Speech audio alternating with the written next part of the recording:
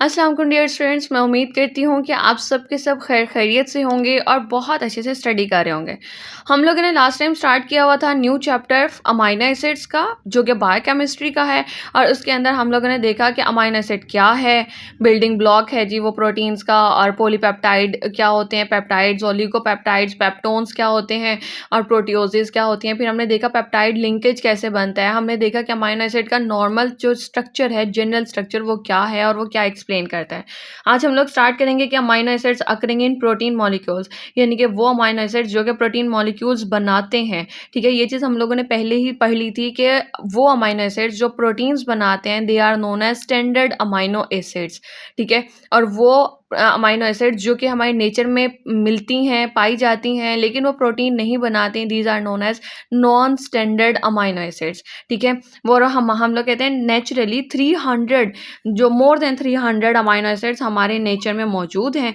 ठीक है, लेकिन इनमें से सिर्फ 20 हैं जो क्या करती हैं, जो प्रोटीन, मुख्तलिफ तरह की प्रोटीन्स बनाती हैं। यानी कि वही अमाइनो एसिड्स होंगी, लेकिन उनकी जो तरतीब है ना, यानी कि अरेंजमेंट जो है वो डिफरेंट हो जाती है, जिससे क्या होगा कि हमें मुख्तलिफ तरह के प्रोटीन्स मिलते हैं और ये प्रोटीन्स अपने अपने फंक्शंस परफॉर्म करते हैं।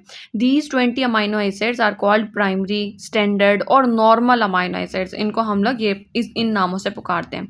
अच्छा, ये चीज़ हम लोगों ने देख ली थी कि हमारे पास ना एक सिंपल अमाइनो एसिड क्या है, कि ये दरमियान में जो कार्बन होता है। अच्छा, मुझे आप लोग बताएंगे कि ये जो दरमियान वाला कार्बन है ये क्या कहलाता है।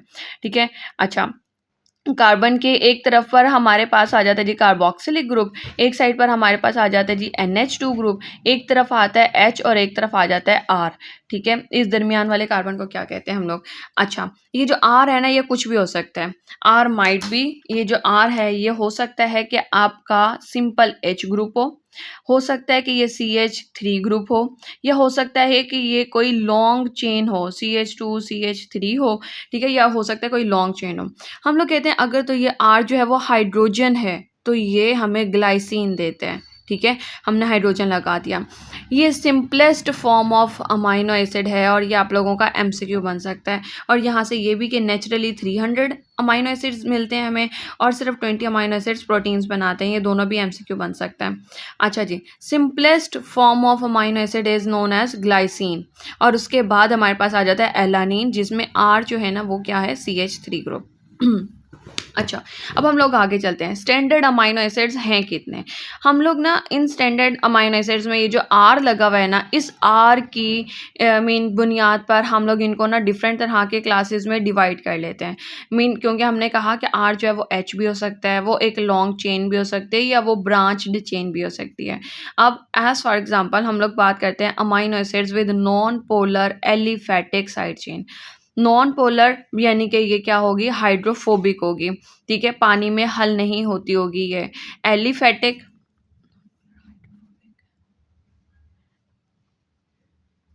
एलिफेटिक मतलब कि एक चेन होगी ये। ठीक है, इसके अंदर कोई रिंग नहीं आएगा। ये स्ट्रेट चेन हो सकती है, ब्रांच्ड साइड चेन हो सकती है, किसकी, कार्बन और हाइड्रोजन की। जस्ट ठीक हो गया, इसके अंदर कोई भी रिंग नहीं बनेगा, कोई रिंग नहीं बनता। लाइक बेंजीन रिंग है, या कोई और इंडोल या पायरिडीन, पाइपेरिडीन, ऐसा कोई रिंग नहीं बनेगा। It will be a straight chain और ब्रांच्ड चेन। ठीक है, या तो इस तरह से स्ट्रेट चेन आएगी, या स्ट्रेट चेन के अंदर ब्रांचेस बन सकती हैं, लेकिन कोई रिंग नहीं बनेगा। फॉर एग्जांपल ग्लाइसिन जैसे ये है, एलानिन जैसे कि ये है, और इसी तरह से वेलिन, ल्यूसीन और आइसोल्यूसिन। दूसरी हमारे पास आती है amino acid with aromatic side chain. Aromatic side chain, aromatic का मतलब होता है कि जिसके अंदर एरोमेटिक रिंग सिस्टम हो, जैसे कि बेंजीन रिंग है। ठीक है, इसके अंदर हम लोग कहते हैं कि उसकी साइड चेन जो R है ना, वो R क्या होनी चाहिए, वो कोई रिंग सिस्टम हो, जैसे बेंजीन रिंग है। These includes phenyl alanine, tyrosine, tryptophan, ये वाली कॉमन एग्जांपल्स हैं। और ये क्या होते हैं, रिलेटिवली पोलर, यानी कि ये लिपिड सॉल्युबल हैं। ठीक है, लिपिड में हल हो सकते हैं इनके, सॉरी ये हाइड्रोफिलिक होंगे। ठीक है, लिपोफिलिक नहीं, हाइड्रोफिलिक होंगे, रिलेटिवली पोलर। अच्छा जी, यहाँ पे टायरोसिन के अंदर हम लोगों ने ये एग्जाम्पल के में मैंने ये स्ट्रक्चर बना दिया, जिसके एक तरफ सी कार्बोक्सिलिक ग्रुप है, यानी कि COOH, एक तरफ अमाइनो ग्रुप, एक तरफ H।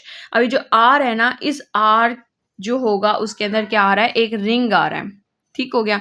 अब next one, side chain containing hydroxyl group, एक ऐसी साइड चेन जिसके अंदर OH ग्रुप आएगा तो उसको हम लोग एक और क्लास का नाम देंगे। These include serine and threonine. Threonine में ये स्ट्रक्चर बनाया हुआ है जिसके अंदर क्या है कि देखें, ये वाली चीज़ जो है ना, ये तो हमारा अमाइनो ग्रुप है, ठीक है।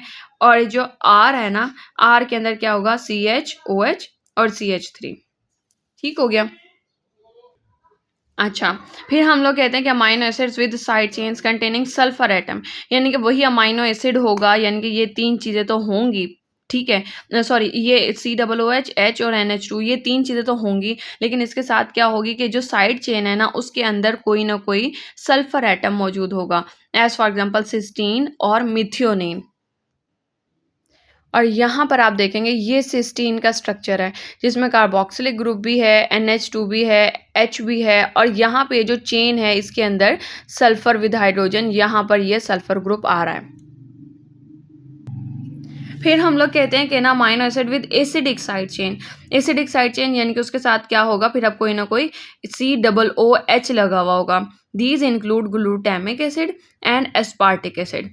और ग्लूटामिक एसिड, यहाँ पर हमारे पास बना हुआ है जी ग्लूटामिक एसिड, जिसके अंदर COOH ग्रुप है, NH2 है, H है। अब ये जो साइड चेन है इसके अंदर क्या है, इस साइड चेन के अंदर हमारे पास कार्बोक्सिलिक ग्रुप है, यानी कि COOH ग्रुप है, जिसकी वजह से हम लोग इसको अब क्या नाम दे रहे हैं, ग्लूटामिक एसिड का। फिर इसके बाद हम लोग बात कर लेते हैं कि amino acids with basic side chain, यानी कि एक ऐसा अमाइनो एसिड जिसके साथ बेसिक साइड चेन लगी हुई होगी, यानी कि उसके साथ कोई ना कोई मेन नाइट्रोजन की कोई कंपाउंड लगा हुआ होना चाहिए। तो उसके लिए हम लोग एग्जांपल ले लेते हैं। These include lysine, arginine and histidine. और इसके अंदर अगर हम लोग लाइसिन की बात करते हैं तो वैसे तो ये भी स्ट्रक्चर बना हुआ है, लेकिन अगर हम लोग इसको साफ सुथरा देखें तो ये स्ट्रक्चर हमारे पास आर्जिनिन का है, जिसके अंदर बेसिक पार्ट है, ठीक है। ये ऊपर वाली अमाइनो एसिड का जो जनरल फार्मूला, और ये जो साइड चेन है, इस साइड चेन के अंदर NH2 ये जो है ना, ये क्या है, ये बेसिक पार्ट है, और ये स्ट्रक्चर है आपके पास आर्जिनिन का। और इसी में ही आप लोग देख सकते हैं हिस्टिडीन, हिस्टिडीन में भी क्या है, ये जनरल फार्मूला है आपके अमाइनो एसिड का, और इसके साथ ये जो है ना, ये जो रेड कलर का बना हुआ है, ये आप लोगों के पास आ जाता है amino group, sorry basic group. अच्छा जी, ये चीज़ हमारे पास आ गई यहाँ तक। और फिर बाद में हम लोग कहते हैं जी अमाइनो एसिड। अमाइनो एसिड में क्या होगा कि ना, the only example of this type is proline. Proline क्या है, ये एक नॉन एसेंशियल अमाइनो एसिड है, ठीक है। प्रोलीन एक नॉन एसेंशियल अमाइनो एसिड है, और ये क्या करता है, ये ना मतलब कि मुख्तलिफ, जैसे पर्टिकुलरली क्रिएटिंग कोलाजन। कोलाजन जो कि हमारी बॉडी के लिए बहुत इंपॉर्टेंट है, हमारी skin, bones, ligaments, muscles, joints, उन सब के लिए जो है ना, उनके लिए बहुत इम्पॉर्टेंट होता है। तो उसके लिए हम लोग क्या करते हैं कि ना, ये कोलाजन को बनाने के लिए प्रोलीन अमाइनो एसिड जो है वो बहुत इंपॉर्टेंट होता है। ये बिल्डिंग ब्लॉक है प्रोटीन्स का, ठीक है, और ये नॉन एसेंशियल में आ जाता है, ठीक हो गया, यानी कि हमारी अपनी बॉडी के अंदर ये मौजूद होगा, राइट। अच्छा, हमारा आज का लेक्चर जो है वो यहीं तक का ही। आई होप कि आप लोगों को समझ में आया होगा। अगर फिर भी कोई क्वेश्चन हो तो आप लोग कमेंट सेक्शन में कर सकते हैं। नेक्स्ट टाइम इंशाल्लाह हम लोग नॉन स्टैंडर्ड अमाइनो एसिड्स को स्टार्ट करेंगे। अच्छा, प्रोलीन का अगर आप लोग स्ट्रक्चर बनाना चाहते हैं ना, तो इसका स्ट्रक्चर कुछ इस तरह का होता है। हम लोग बात करते हैं दिस वन के C+O और ये OH, ये है ये स्ट्रक्चर। अच्छा, N के साथ H भी लगता है। ये स्ट्रक्चर किसका है, ये है जी प्रोलीन का। अच्छा, लॉन्ग क्वेश्चन वाइज पेपर में अगर आप लोग देखते हैं ना, तो पेपर में क्या है कि ना, आप लोगों को सवाल आ सकता है, और ये बहुत इंपॉर्टेंट क्वेश्चन बनता है अमाइनो एसिड का, कि mean classify the amino acids, या फिर classify the amino acids on the basis of their mean availability, यानी कि वो हम लोग कौन से अमाइनो एसिड्स जो हैं वो प्रोटीन्स बनाते हैं और कौन से नहीं बनाते। स्टैंडर्ड और नॉन स्टैंडर्ड अमाइनो एसिड्स के क्लासिफिकेशन अगर आपको मीन आ सकती है पेपर में लॉन्ग क्वेश्चन वाइज, ठीक है। तो आज हम लोगों ने स्टैंडर्ड अमाइनो एसिड्स कंप्लीट किया है। नेक्स्ट टाइम इंशाल्लाह हम लोग नॉन स्टैंडर्ड अमाइनो एसिड्स देखेंगे, और साथ में इसके फंक्शंस को मीन देखकर इसे हम लोग कंप्लीट कर लेंगे। अब तक के लिए इतना ही। Thank you so much. अल्लाह हाफिज़।